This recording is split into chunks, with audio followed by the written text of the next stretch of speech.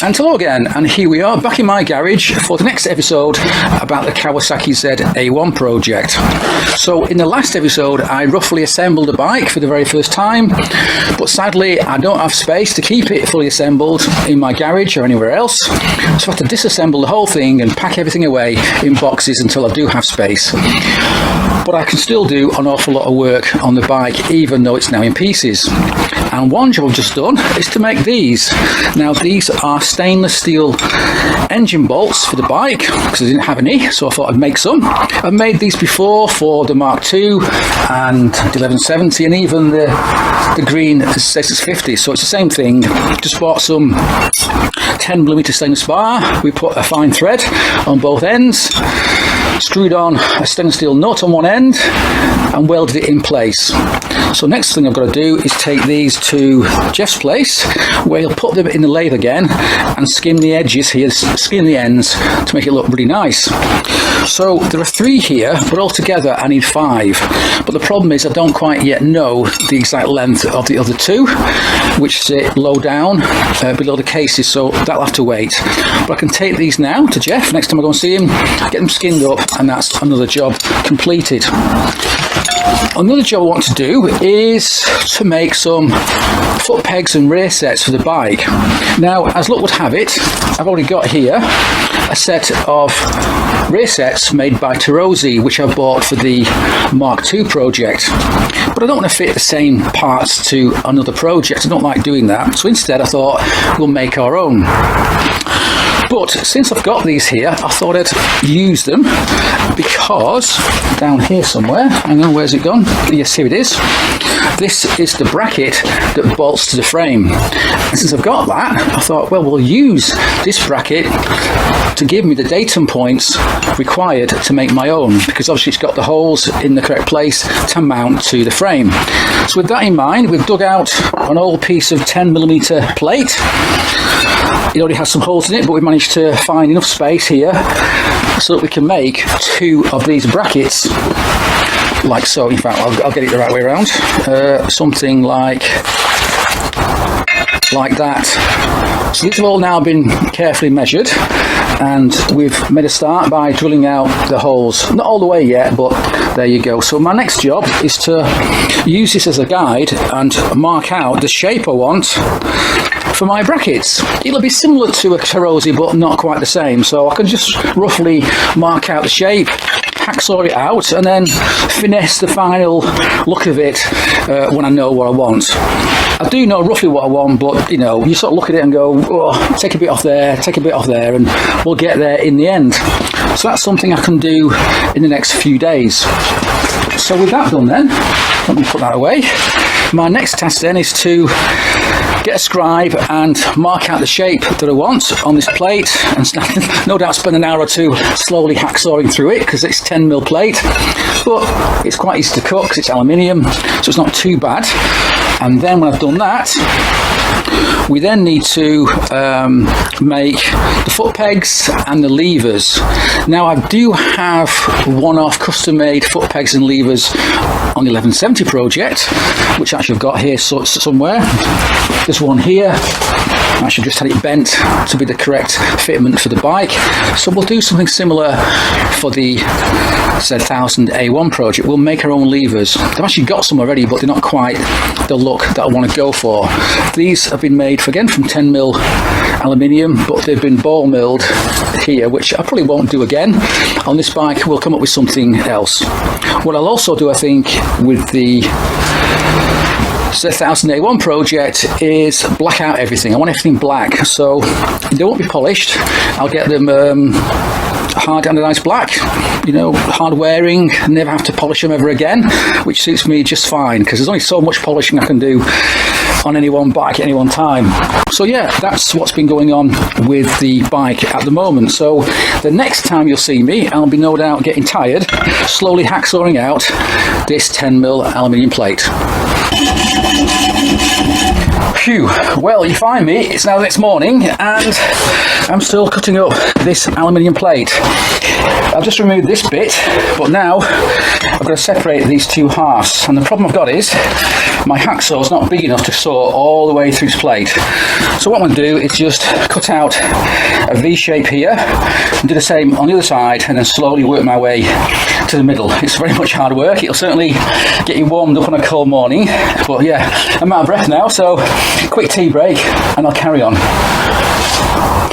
Right, quick pause because I think my hacksaw blade's seen better days, so I'm going to change it for a nice new one, a nice sharp new one from clips, and that should help me get this damn thing cut. There goes the old one, and here comes the new one. Right, so here goes. Dun, dun, dun. There we go, tighten him up.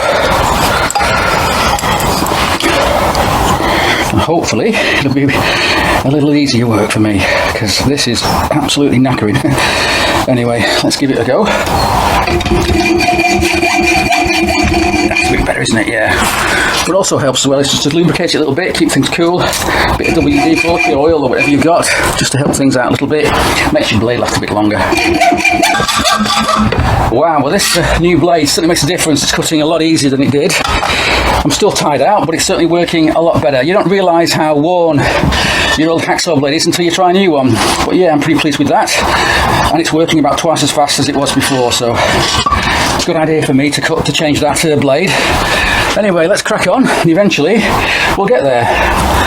Right, I think I've done it. I've split the two halves. So now, ta-da!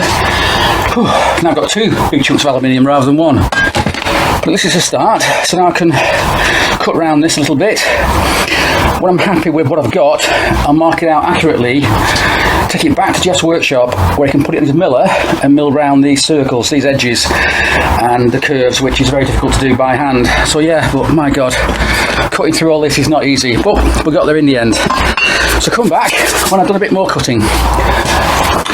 And so before I start to cut out the shape on the second bracket, I thought I'd just check to see if this bracket fits the bike okay. So here's the frame, here's the bracket. I've got an oil peg I happen to have hanging around, and I've drawn round the rough shape with a felt tip pen so you guys can see it a bit easier. So it should go something like that, which it does, which is great. So that's where the peg will be on the bike, which I'm pretty happy with. There's a slight problem with this stop here, which was actually made for the original bike, so I think that will have to be chopped off. It's in the way. I don't need it anyway because I'm using a fully hydraulic system. So yeah, that's pretty much how it will look. So now I've got to cut out roughly the shape of the second one, and then we'll take both these brackets to Jeff's workshop where we can put them on the miller and mill out the shape accurately, because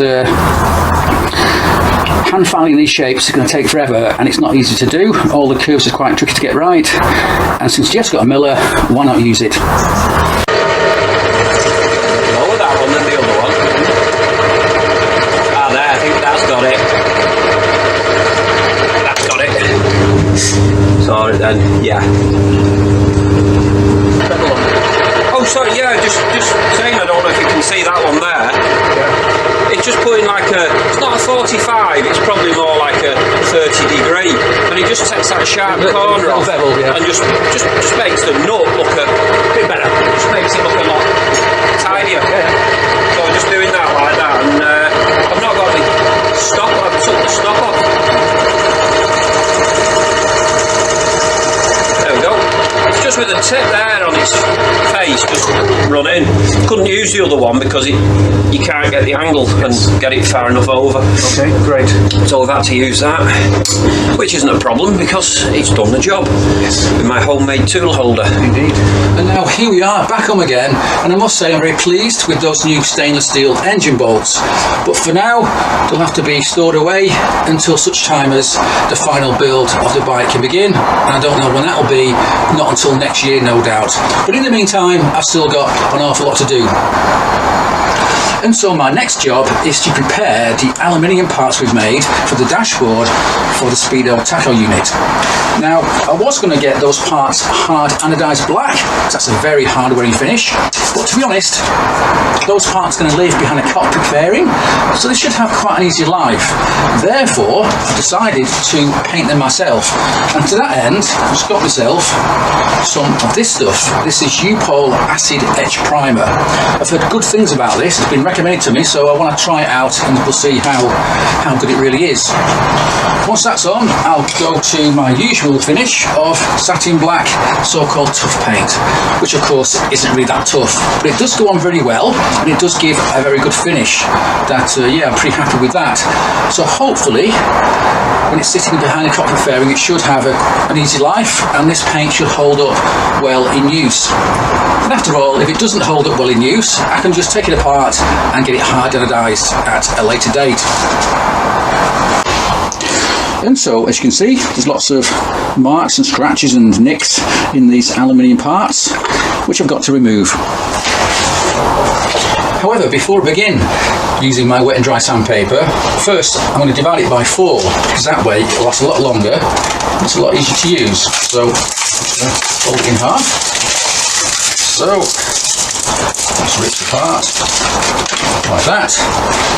Repeat, so you get 4 fresh sheets of wet and dry.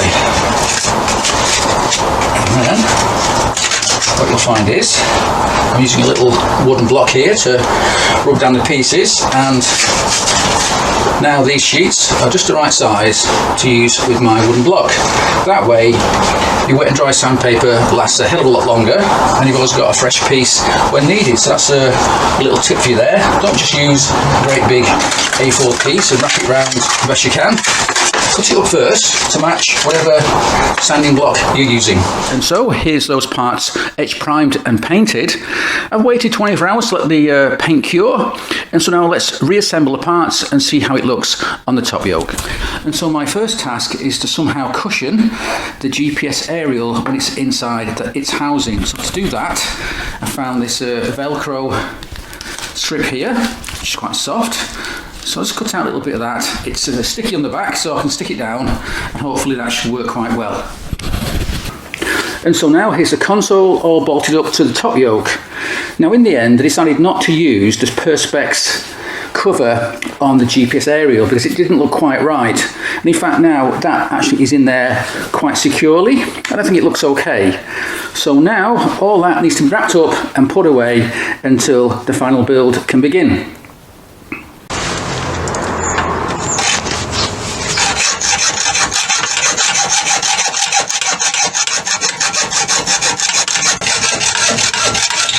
Phew.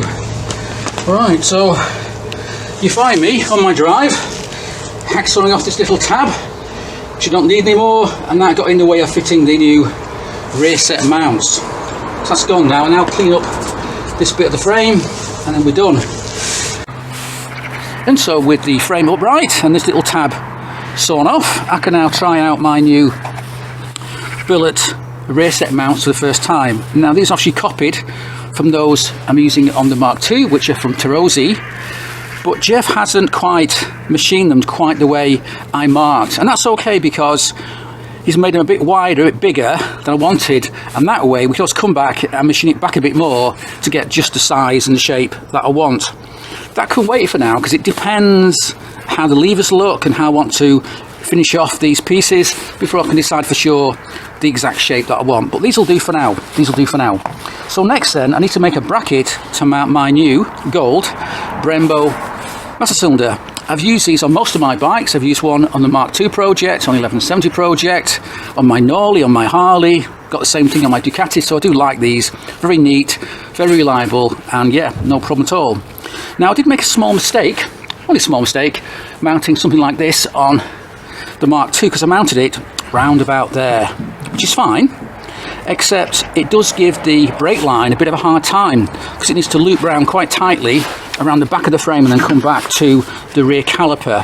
What I should do is mounted it a bit further forward like that, only by about, what, 10-15 millimeters, because that way it would give the brake line a much easier time. It wouldn't have to bend round quite so tightly. So I think that's what I'll do on this particular bike. I'll mount it about there again, using the exact same method, and yeah, this time I'll mount it a bit further forward, just to make sure it clears this frame here, so the brake line doesn't have to loop quite so tightly around the back of the frame. So that's fine. Yeah, so I can get on with that, but not for the time being, because right now it's -2 or 3 degrees. It's absolutely freezing cold, as it has been all week, but I guess you expect that for late December. So that'll have to wait until it's warmed up a bit and I can get in my garage without suffering from hypothermia. So yeah, so come back when I'm making the new bracket, and also of course Jeff is making the levers, but I need to confirm this is where I want my cylinder to go, because that will affect the shape of the brake lever, which by the way will be running on roller bearings, just like the ones on my 1170. I've got some new Dunlop, I think they're 2RS bearings, seal roller bearings, which the levers will pivot on, so that's pretty cool. So that's what he's doing at the moment. So I need to just confirm the exact angle that I need him to make me. I think it'll be about 120 degrees, something like that. Sort of, it'll come like that. So when you hit the brake, it'll be a 90-degree angle to this thing. So yeah, so far so good. And right now I'm going to go indoors and warm up, because it's absolutely freezing out here. And now here we are indoors, because it's far too cold and dark to be outside. So instead I've gathered together all these packages. And in these packages is basically the engine, or rather the engine cases. So I've got the upper crankcase, lower crankcase, the head, the barrels, cam cover, and so on. And I've never yet seen the whole engine together. Now most Kawasaki Z engines are either all silver or all black. But what I've done is I've got most things done silver with a ceramic anodized finish, except for the barrel, which has been done black. So it's a bit unusual, and I'm a bit concerned it might look a bit odd. So I want to see it all together. So it will just be placed together very loosely, no bolts, nothing. Now I also have a brand new clutch cover, a brand new points cover, and a brand new alternate cover for the engine. But they're all boxed away, wrapped up very carefully in the conservatory somewhere, so I'm not going to go and dig them out and just unwrap them just for this particular video. So let's get this all unwrapped, and hopefully we can assemble the engine for the very first time to see how it looks with this rather unusual silver and black finish. And finally I've got this, the sump cover, but I can't fit that yet, because if I did, the whole engine would be all wobbly on the table, so I'm not fitting that yet. I wonder if I can just spin it around for you without the whole thing falling apart. Let me just try that. And so I've now spun the engine round very gingerly, so you can see the other side. And I must say the silver ceramic finish on these cases is a very close match to the natural aluminium finish of the cylinder head. That said, I will have to get the cylinder head finished in the same way, because don't forget, this cylinder head was dropped by the machine shop, who I trusted with the work to recut the valves and so on, and they broke 6 cylinder fins. Now all that's been repaired by Jeff the welder. He did a great job, but where the repair is, you can see a discoloration on the aluminium, which is completely natural, can't do anything about that. So I was going to get the cylinder head refinished anyway with the same ceramic silver, so I'll just carry on now and get that done. It's not a cheap finish. I suspect by the time I've done the whole engine, I've just got to do now the cylinder head, you're looking at about £450 or thereabouts, so it's not cheap. And what you're paying for there is not just the cost of the blasting and the finish itself, it's all the time masking off the services, the gasket services, the mating services on the engine, of which there are an awful lot. So yeah, that's an expensive option if you go that way. I do have another engine build I'll be doing in the future where I may well go for a vapor blasting option instead, because I think that would be quite a lot cheaper. So yeah, pretty happy with the result. And as I say, this is the very first time I've seen how the engine might look when it's completed. And so now I need to very carefully dismantle my engine and rewrap these parts in bubble wrap and store them away very carefully until the final engine build can begin.